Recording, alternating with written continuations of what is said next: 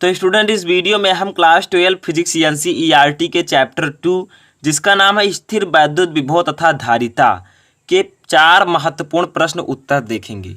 इसमें हम केवल प्रश्न उत्तर ही नहीं बल्कि 2 क्वेश्चन और उनके आंसर देखेंगे और 2 न्यूमेरिकल और उनके सॉल्यूशन को समझेंगे। ठीक है, यानी कि 2 क्वेश्चन आंसर हम समझेंगे, 2 न्यूमेरिकल को लगाना सीखेंगे और इसमें आपको फार्मूला भी पता चल जाएगा।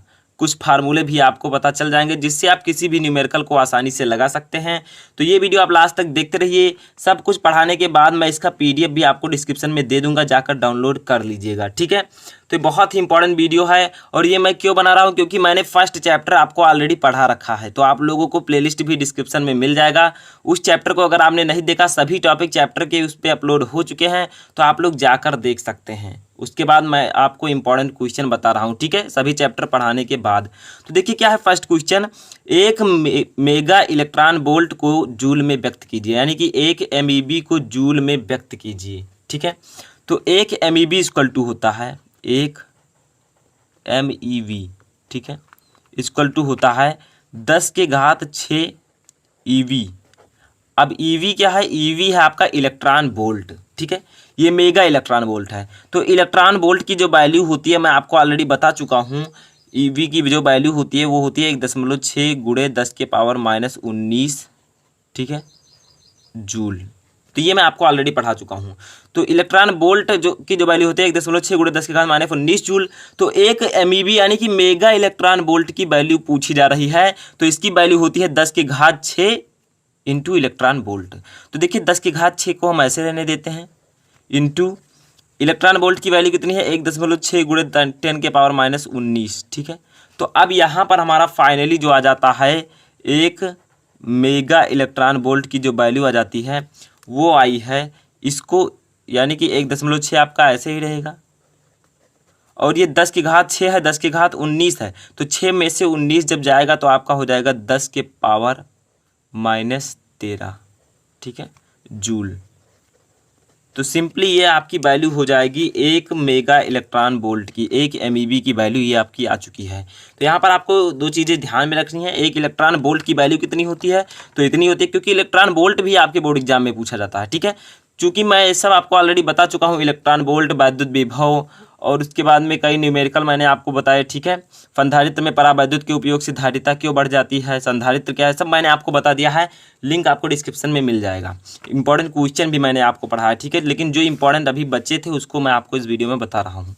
तो देखिए 1 MeV की वैल्यू होती है 1.6 × 10⁻−13 जूल। ठीक है, आगे बढ़ते हैं। अब हम एक न्यूमेरिकल लगाएंगे छोटा सा। तो देखिए न्यूमेरिकल भी बहुत सिंपल है। न्यूमेरिकल क्या है? 2 बिंदुओं के बीच विभवांतर 50 वोल्ट है। एक बिंदु से दूसरे बिंदु तक 2 × 10⁻−5 कूलाम आवेश को ले जाने पर कितना कार्य करना होगा? तो देखिए यहाँ पर जो वैल्यूज दी गई हैं उनको हम पहले लिख देते हैं। तो 2 बिंदुओं के बीच विभवांतर जो है V, वो है आपका 50 वोल्ट। तो 50 V लिख देते हैं। ठीक है, आगे देखिए एक बिंदु से दूसरे बिंदु तक 2 × 10⁻−5 कूलाम, यानी कि Q कितना यहाँ पर आपका दिया हुआ है उसको भी लिख लेते हैं। Q इक्वल टू दिया हुआ है 2 × 10⁻−5 कूलाम।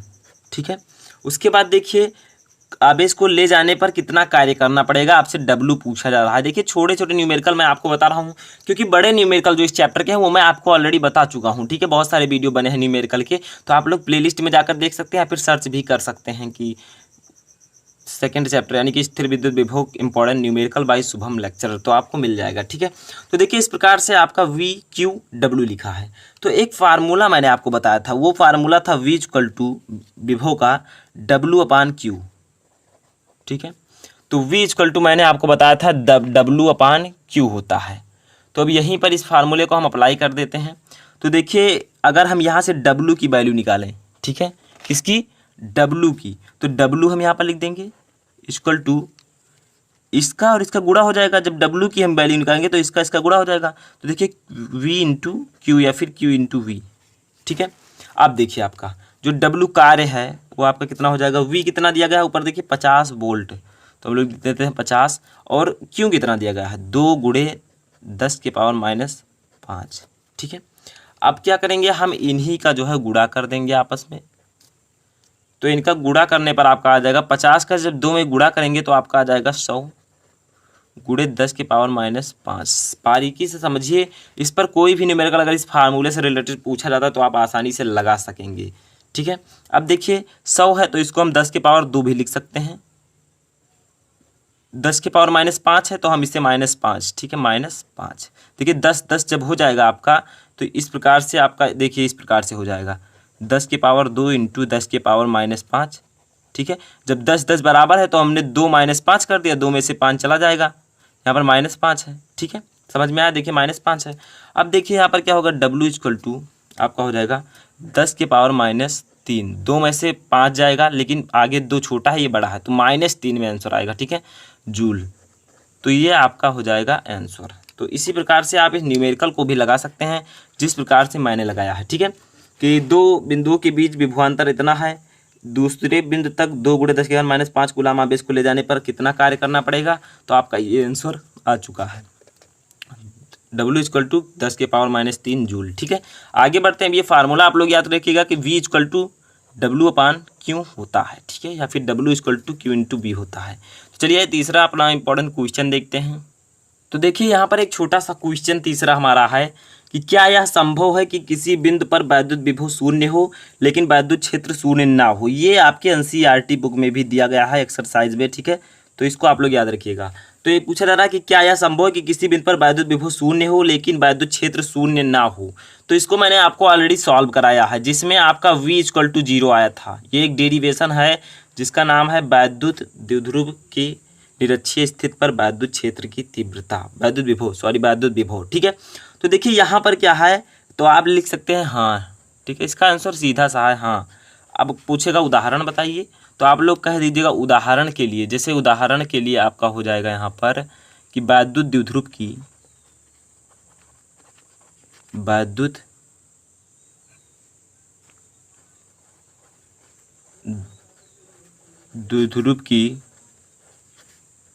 निरक्षीय स्थिति में, ठीक है, तो ये आपका आंसर हो जाएगा इस क्वेश्चन का कि क्या यह संभव है कि किसी बिंदु पर वैद्युत विभव शून्य हो लेकिन वैद्युत क्षेत्र शून्य ना हो। तो ये संभव है। V इक्वल टू 0 हमने सॉल्व किया है, यानी कि वैद्युत द्विध्रुव की निरक्षीय स्थिति पर वैद्युत विभव। तो ये आप आंसर कह सकते हैं हाँ। ये NCERT बुक का आपका क्वेश्चन है। देखिए वैद्युत द्विध्रुव की निरक्षीय स्थिति में ये संभव है। ठीक है, तो ये बहुत ही इंपॉर्टेंट क्वेश्चन है, तो इसको भी आप लोग याद रखिएगा।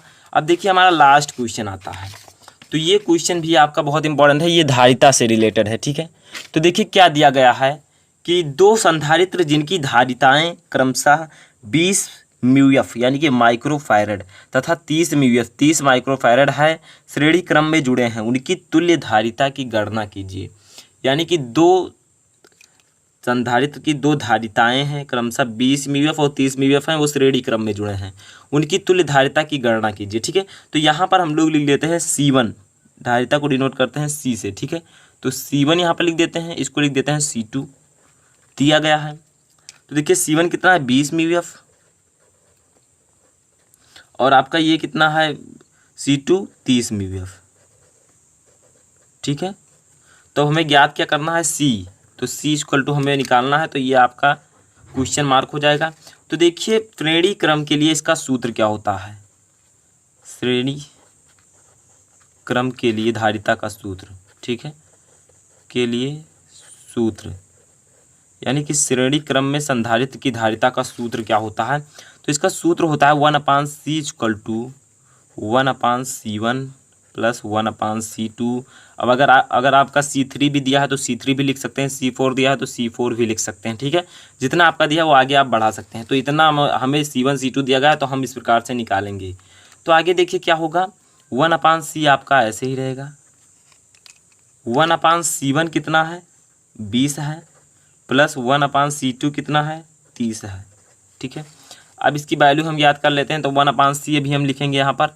अब देखिए 20 और 30 का आपको लासा लेना होगा। ठीक है, तो इसको निकाल लेते हैं पहले। तो देखिए इसका लासा जो होगा वो आपका होगा 60। ठीक है, 20-30 का जो लासा होगा 60 होगा, तो 20 का 60 में गुणा कीजिए तो 20-3 60 तो 3 आ जाएगा, प्लस 30 का 60 में तो 30 दूना 60 यानी कि 2 आ जाएगा। ठीक है, तो 1/C इक्वल टू आपका आ जाएगा 5/30 60। अब देखिए इसका तिरछा हम गुणा कर देंगे, ठीक है, इस प्रकार से, यानी कि सी को जब हम ऊपर ले जाएंगे, सिंपली समझिए सी को जब हम ऊपर ले जाएंगे तो ये भी ऊपर आ जाएगा 60 भी, ठीक है। तो सी इक्वल टू आपका हो जाएगा यहाँ पर 60/5 यानी कि 60/5, ठीक है। अब इसे हम कट कर देते हैं तो 5 का 12 यानी कि 12 पंचे 7, तो यहाँ पर आपका आंसर जो आ जाएगा 12, ये कट जाएगा, ठीक है। तो आपका जो सी आएगा तुल्य धारिता वो आपका आ जाएगा 12, और म्यू एफ में था तो हम यहाँ पर म्यू एफ में डायरेक्ट लिख देंगे। तो ये आपका आ गया श्रेणी क्रम में जुड़े दो संधारित्रों की धारिता, ठीक है। जितना आपको दिया गया था यहाँ पर 2 संधारित्र दिए गए थे जिनकी धारिताएं क्रमशः 20-30 थी, जिन्हें श्रेणी क्रम में जोड़ा गया था, उनकी तुल्य धारिता हमने यहाँ पर निकाला, तो यहाँ पर आपका आंसर आया 12 म्यू एफ। तो ये थे आपके 2 क्वेश्चन और 2 न्यूमेरिकल जो कि वेरी इंपॉर्टेंट थे और छोटे से थे। इससे पहले मैंने आपको जो बड़े बड़े न्यूमेरिकल्स एंड क्वेश्चन आंसर है वो मैं ऑलरेडी आपको बता चुका हूं, तो उसका भी लिंक आपको डिस्क्रिप्शन में मिल जाएगा, या फिर आप लोग जाकर चैनल पर विजिट करके भी देख सकते हैं। तो इस वीडियो में फिलहाल इतना है, आप लोग तैयारी करते रहिए। कोई भी क्वेरी है तो आप मुझे कमेंट बॉक्स में बता सकते हैं, मैं उस पर वीडियो बनाने की कोशिश करूँगा। Thank you.